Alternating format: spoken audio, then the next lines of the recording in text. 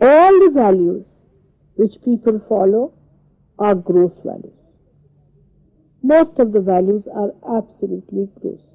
So for Sahaj Yoga, we have to have people who are trying to justify their subtleties. Such subtler people have always been little different from the mundane crowd. And these people always express themselves in such a manner that their existence itself suggests that they are trying to cement the whole world. Sort of you can feel that आ जाऊंगी क्या आप खाना खा लीजिए आ जाऊंगी मैं और आप खाना खा लीजिए वही खाना खा लीजिए. Those who can feel that there is an element within us which makes us laugh at the stupidity of others, who may appear to themselves very seriously doing certain things, but to us it seems as if it's rather stupid to waste their life. This is a caliber of different people. First, these people with that caliber and that dynamism within them will be settled in Sahaja Yoga, not the ordinary gross type. But because our doors are open to everyone, because there is no charge or anything for anything, all sorts of people come. And when they come in, they don't know what they want. Out of them, some could be the grossest of all. Some might be just walking in to take out some things, just to steal something, possibly. I have seen all kinds of people coming to Sahaja Yoga. Such people, when they find that there's something available, they come in and go away. Another kind, maybe, which is coming here, is the one which is extremely gross thinking. But he can think that he can make some liaison work here. By having connections with different people, he can exploit it and make some money out of it. So money-mindedness is a very gross thing. Is a very gross thing. If people are money-minded, then Sahaja Yoga doesn't work out well with them. If you always think about money, of your insurance, about how the carpet is spoiled, this has happened, that happened, such people are very difficult. But lower than these are the people who come here to have some sort of an exploitation out of Sahaja Yoga. Such gross people also come in. And when they find that they cannot work out their plans, they get out. Now the third type of people who come here, they come for some material gain from Sahaja Yoga. Maybe physical gain also. Like somebody is sick, so they come for their sickness. A very gross way of looking at things is to come to Sahaja Yoga for getting cured. So when they get cured, they disappear. That's quite stupid, isn't it? Then some people come with the idea that maybe with mother's blessing our financial problems may be solved. Only with that idea. Then they also get their financial problems solved and they get out. But some of them do not. Some of them cannot manage what they want to have. Then they get upset. Now the best caliber of the subtlest form is that which is just seeking Sahaja Yoga, which is just seeking union with God. Nothing. That's the best caliber. That caliber works hard. It has very concentrated effort. It understands Sahaja Yoga very quick. Only thing is that because of Western habit of thinking, Some of the people, though they have a caliber, circulate around themselves. They go on thinking about it,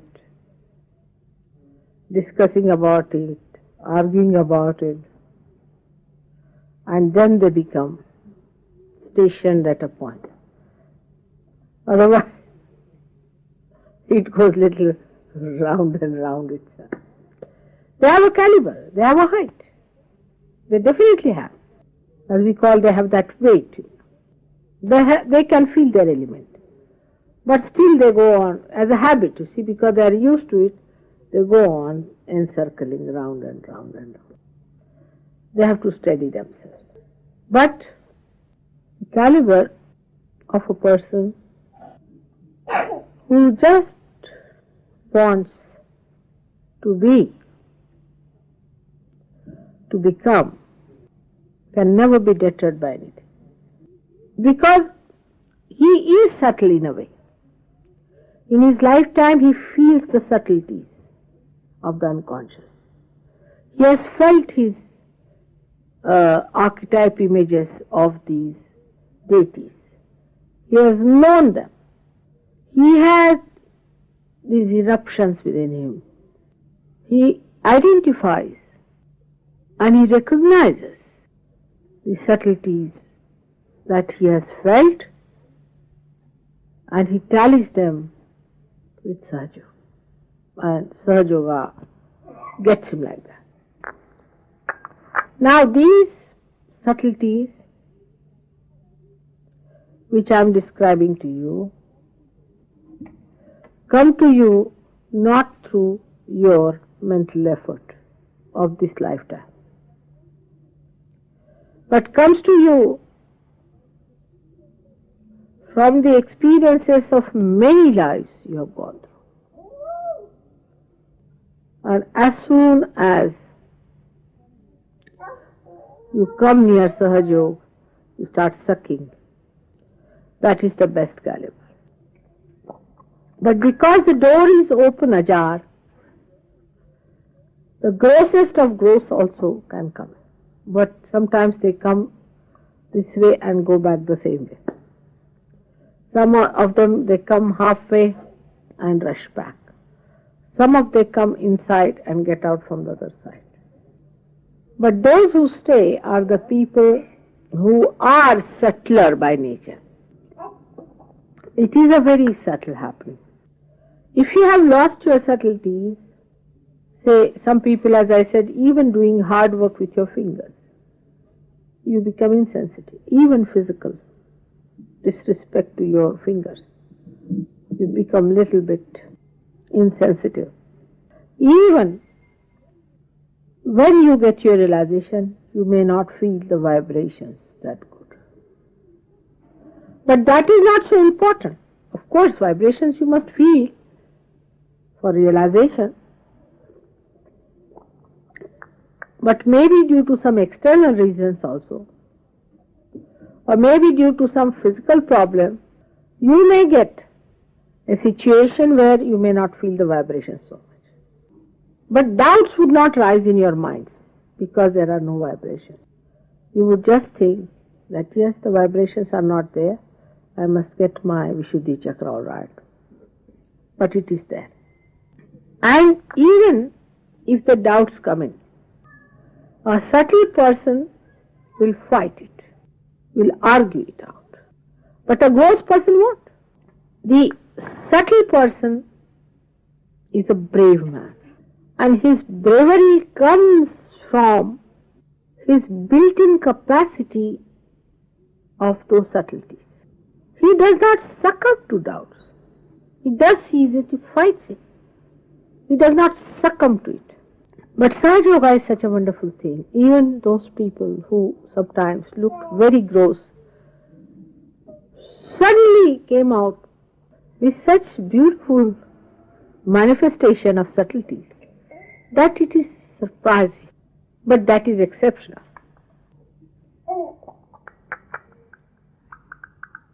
The mind and the human brain is subtle on certain points and gross on some points.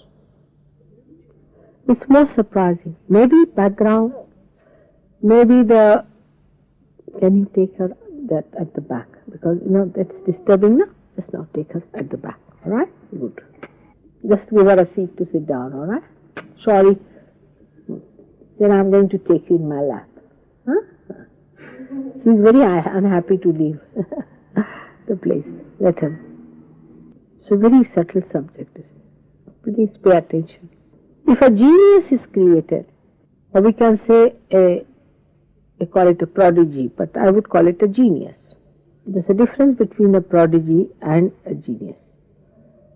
Prodigy is a person who, for a short time of their lifespan,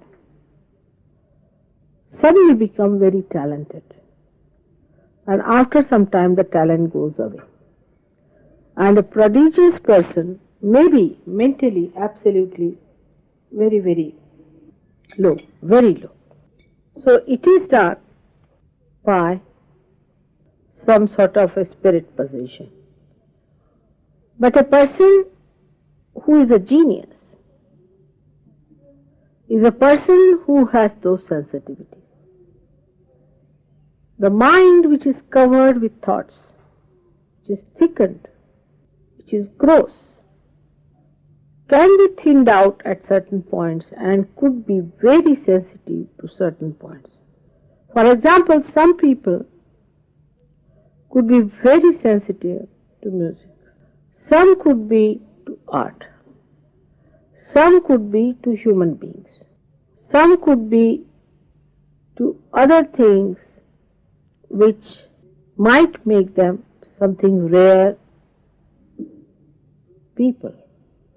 But these subtler things which creates your personality always indicate in your being that there is something of the beyond which is throwing some images within you. Such people are conscious of them, that there are some images which are throwing these subtle ideas within you.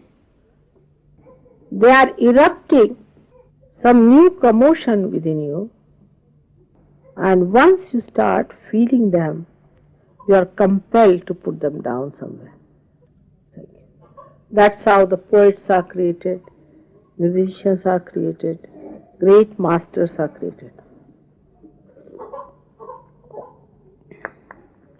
Now the fashioning of these subtle ideas is another job. But the beauty of these subtle ideas is this, that they are universal in nature.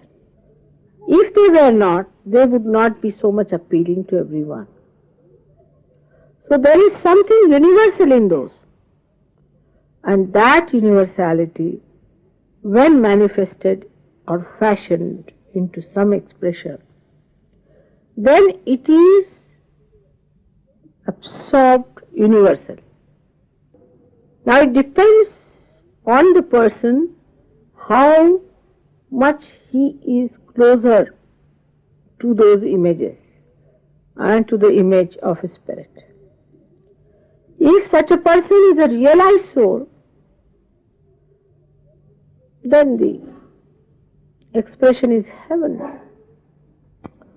The fashioning of those expressions, of course, is determined by the surroundings, the different atmosphere, the traditions and all that in which the people have lived. That is the fashioning part of it. But the universal essence of everything, that element which is universal, is manifested in a particular fashion. The more a person is nearer to his self, even the fashioning is very universal in nature. Then such a person doesn't try to be molded by traditions so much. But the traditions which have come through meditativeness or through realized souls definitely give him a better chance of expression.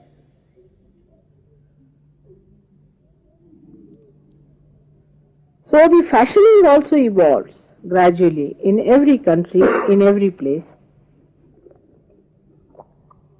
till it reaches the point where people start understanding them in meditation. Now there are two types of fashioning. One is the fashioning that comes from outside, the another from inside. The fashioning that comes from inside could be the teachings of the great masters who are realized souls, and your own understanding of the work of these great masters. The another style could be that you see what people have been producing, all of them, and you gather out of that and fashion your manifestation accordingly. In the second type of thing, they may be realized, they may not be realized.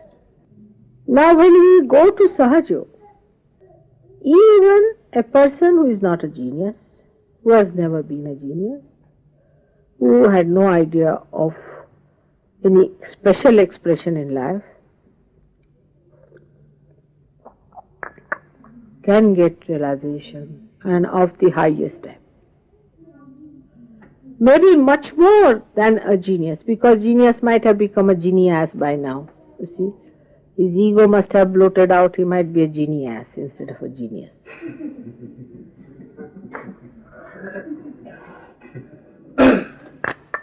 But a Sahajogi, when he gets his realization is a sign not of his subtleties, but of his kundalini, in what condition she is. If the kundalini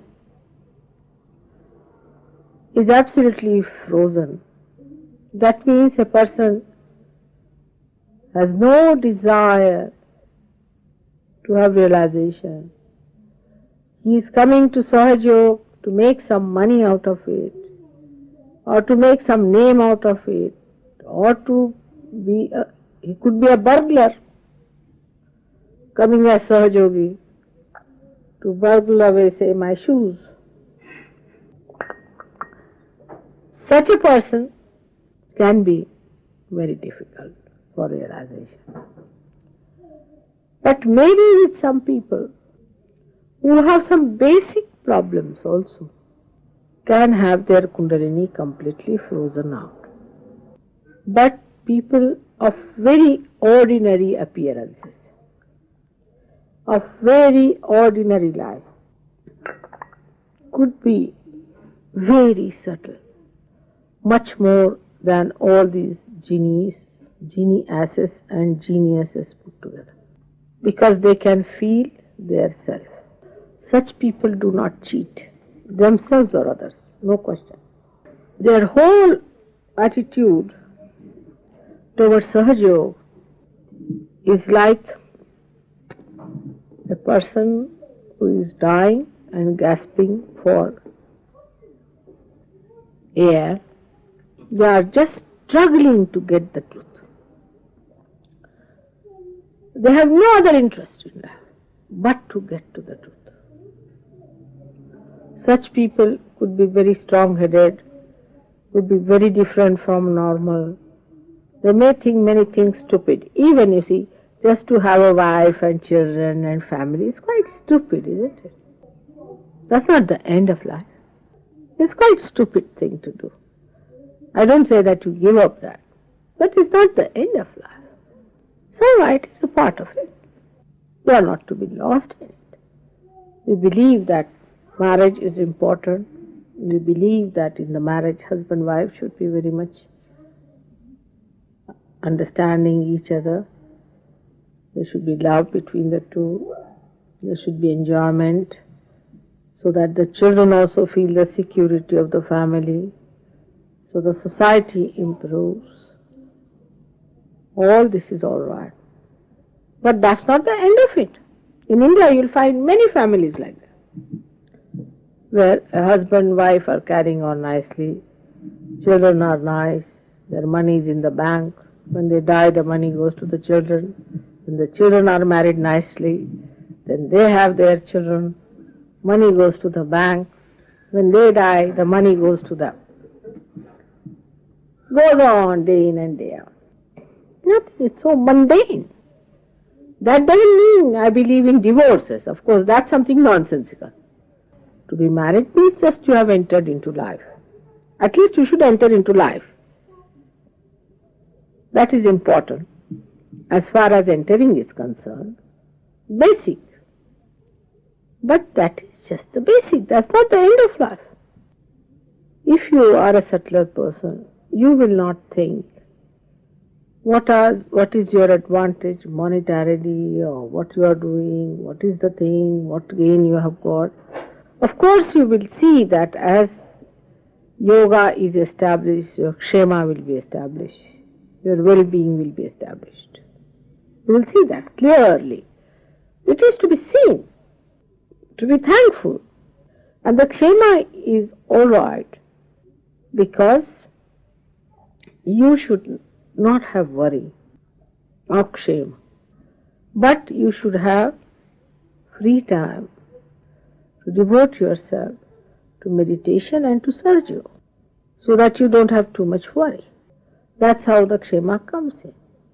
But when the kshema comes in also, one may start going into the same circle of greediness, having more and more money, more and more this, better clothes, better house, how to get this. This circle may start. There's no end to it. So you have to cut it down. I'm not saying that you just have one dress and all your life you end up with one dress. It doesn't mean that. Because if I say anything, people will shoot off to the other end. I'm trying to keep it in the center. That not too much attention will be required on one side or on the other, of indulgences or of asceticism. None of these. You are not to announce anything, or neither you have to indulge into anything. But feel your subtleties. Feed them. Nourish them. Look after them. You should be proud of your subtleties. That you have these subtler values while others don't have. And that itself will be so self-sustaining that you can withhold all those values that you get from your subtleties against the whole world. Because the world is so fragmented, so cut off, that everybody feels lonely. But that does not by any chance mean you should be arrogant to others, you should be fighting with others. No. But in darkness, a light shines. The whole is darkness. If the light accepts the darkness, then it becomes darkness. So the light must accept that I am the light and I am the path and should stand up. Does not in any way mean any arrogance to others, any showing off to others, but it is the light. And the light by itself emits. When this happens to you, you will not hate yourself first of all, but you will love and respect yourself. And respect the virtues in you and not your grossness. Kundalini itself makes you subtler and subtler. But if you are a stone, what can Kundalini do? Now it is for you to see where you are stone. There should be a lot of heart search. The greatest stone age is nowadays. Heart is like a stone. Doesn't move. When talking to others, it doesn't move. It has no ripple in it. There's no joy in it. It's like a stone sitting there to hit everyone. See, anybody sees you, oh Baba, he's coming, go from the other road. Woo, that fellow with a stone heart. And you feel you are all right, you are a very good person because you are stone-hearted. You think you can dominate the whole world because you are stone-hearted. You can give psychological treatments to others, keep quiet, don't talk to anyone, shout at others, do whatever you please, because you have a stone heart. Nothing happens to your stone there. Now this stone-heartedness is the sign that you should not be any more in Sahaja. You must have a heart as your mother has, pulsating with love, with compassion, with joy, with happiness, with giving. That should be the attitude. Not rationality, nothing. It's just a feeling. Feeling for the pains of others, feeling for their longings, and feeling for their aspirations. Just feeling them with yourself is their desire to be the whole, to be the ocean itself is so fulfilling. We should not have our ideals among ourselves. Like she does this, so why should I do? He does this, so why should I do? It's very mediocre. This is a very low-grade business. To see others, to worry about others, to talk about others, is extremely low-grade. A person who is of a caliber has his standards so much higher that he cannot compare with himself with others. It's really true. So if I start comparing myself with you, what will be my position? I can't do it. See? Then you would say, it's all right for you, mother. It's perfect, I agree. It's all right for me as I am. But you can be like me also.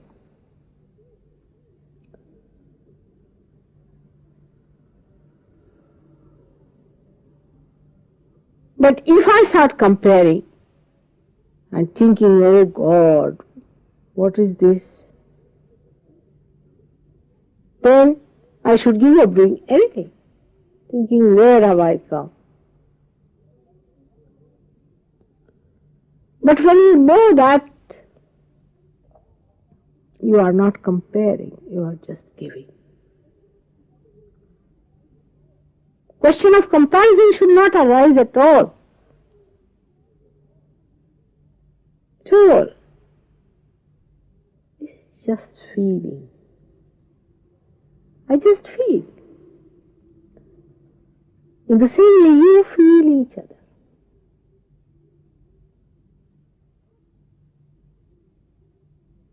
Not in an artificial, courteous way. Some people think that if they have given their seat to someone, they have been really the generous people, the greatest generous people.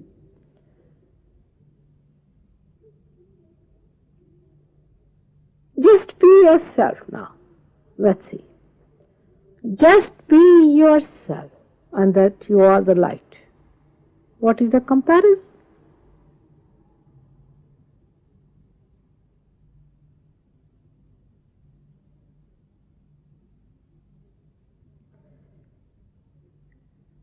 The comparison exists when our caliber is low. If it is 24 karat gold, What is the comparison?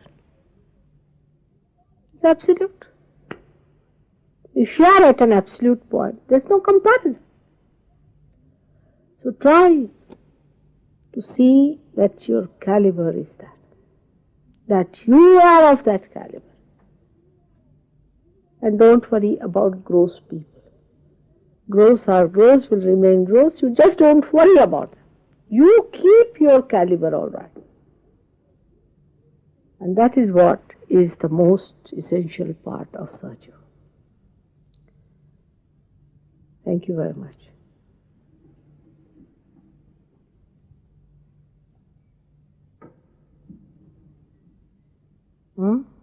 They always tell me that you're actually God, Father God himself. Well, I can't see that at all. All right, now put your hand towards me. Ask the question. The simple is computer.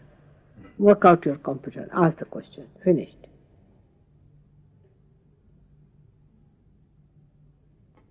That she is the E, means she is the one who is the desire of God Almighty. She is the power of God. And it is only she who incarnates. If you read the Vedas, it is said that she created her child.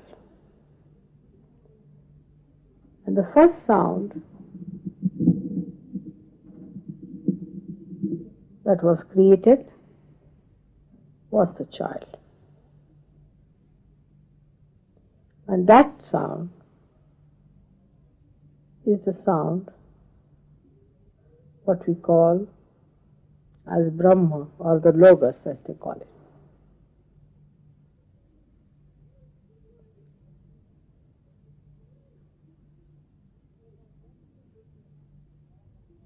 So now what is the difference between God and God's desire?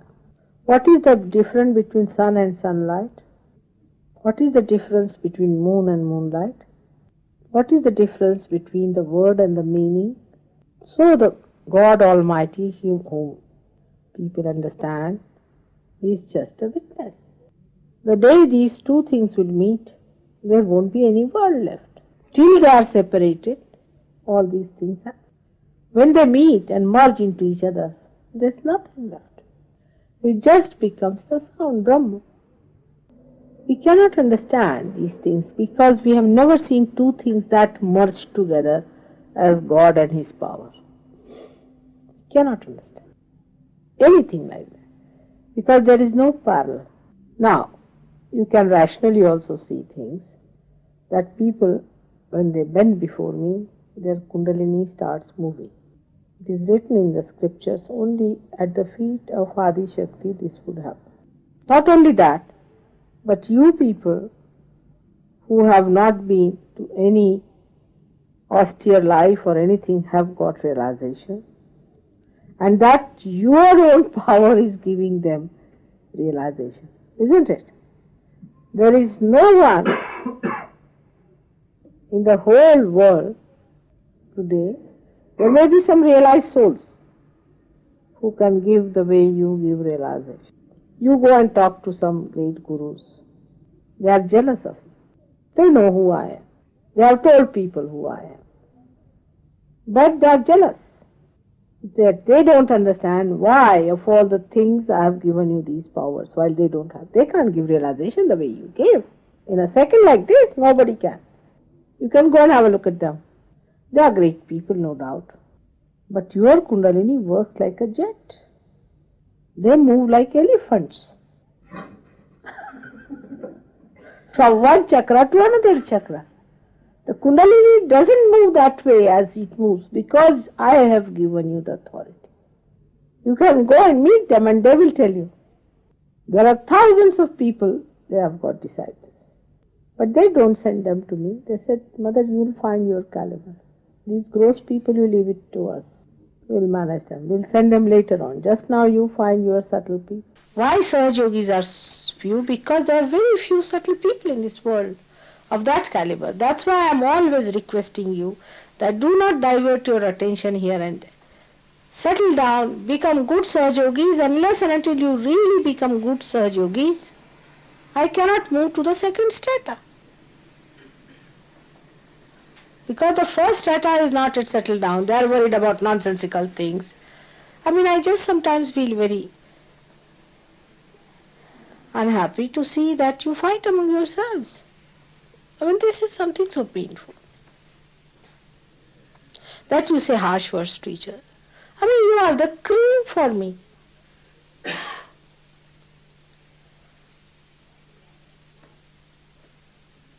You go and ask any one of the gurus if they can move the Kundalini on their fingers as you do.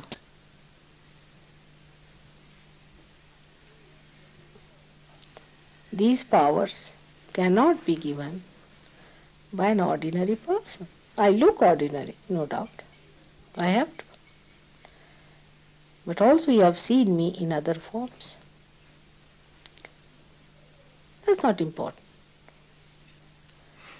Important thing is you should see your own transformation and how many powers are manifested.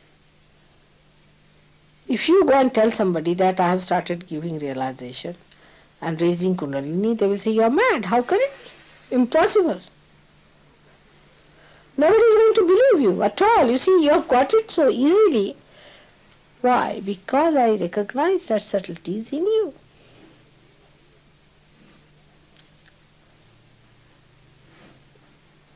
These gurus recognize me. They know about me. They know who I am. They are telling others. There are so many of them like that. I told you the story of the lady, American lady. She might come sometimes. I think you met her, isn't it? Some of you have met her. She went to Rangoon, and there she went to meet some very great high soul who was living on a mountain, and he would not meet many people, but she went there, and he really respected her. And when she came in, she said, I am going to sit at a lower level than yours. So she could not understand. He said, because you have seen Mother with your own eyes, I haven't. I will have to die to come and see her again.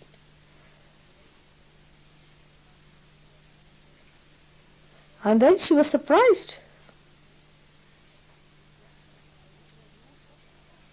But first of all, know that you have got these powers within you. Then know that you have got them because I have chosen you.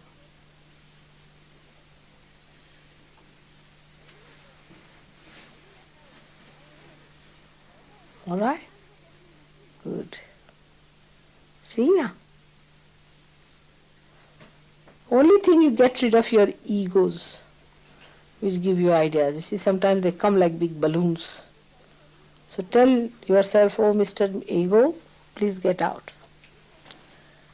These powers I've got because Mother has chosen me, has loved me, has nourished me, and has accepted me as her child. Is a fact. Nobody can believe that you can give realization, I tell you. You go and tell anybody. You should. But they are not going to believe you.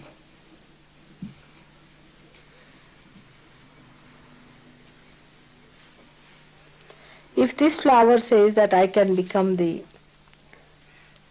lamp in the lighthouse, nobody is going to believe it. Because the light in the lamp house is made in a special factory with a special this and special that.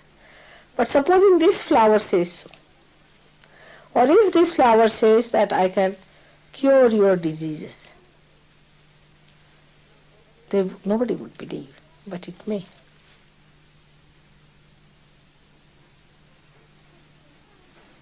When something fantastic happens, you have to believe that there is divine acting, and acting so dynamically.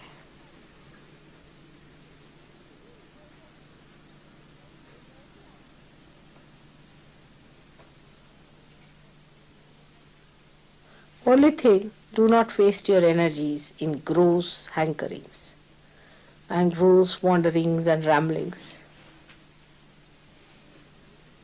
Try to be subtler and subtler. There is nothing that I have to ask for. Now you think it from God's point of view. You are to be given realization first job. It's a headache,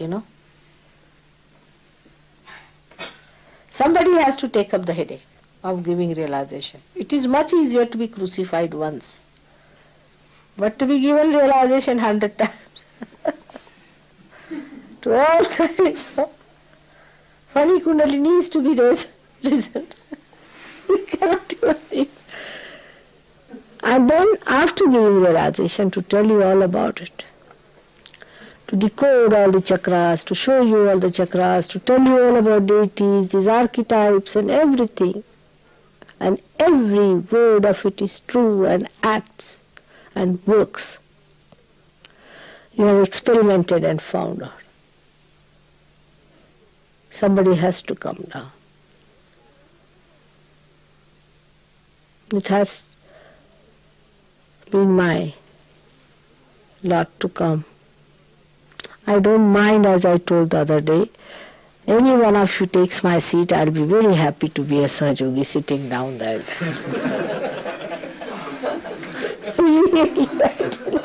I'll be the happiest person. I'll give you 5 garlands like this. And all the flowers from the market I'll bring for you. If you could sit here and do the job for me. It's very easy to doubt, but can you do the job? You cannot. This is the trouble with the Western mind is that it doubts, see? What are you doubting about? What is there to doubt? I cannot doubt myself. That's very difficult. When you know that this is the thing, how can you doubt? Now if you doubt, what can I do? How to prove it?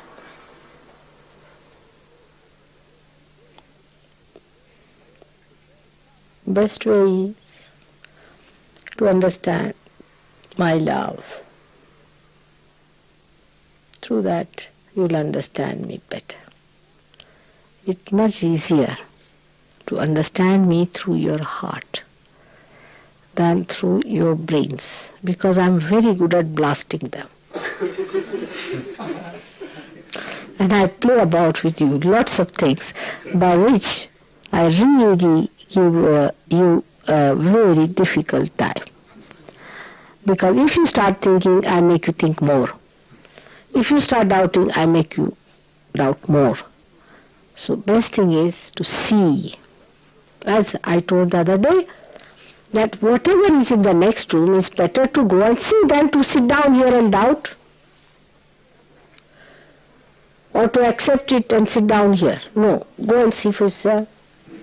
You have seen it yourself. But just think how tremendous it is. Just sit down and think how great it is, how dynamic it is, that you've seen it with your own eyes. Just think.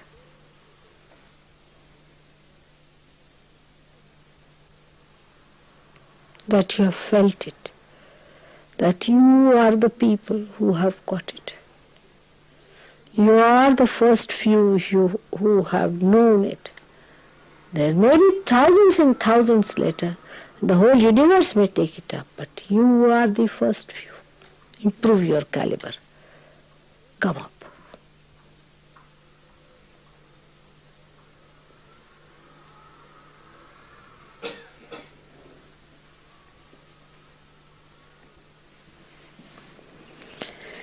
I think if you can give me leave, I would like to go, because the whole day I've been really working very hard. I did my cooking and did that. Now what's the matter with you? You still more? Still more. Better. Keep like that. All right. Now, can I take your leave?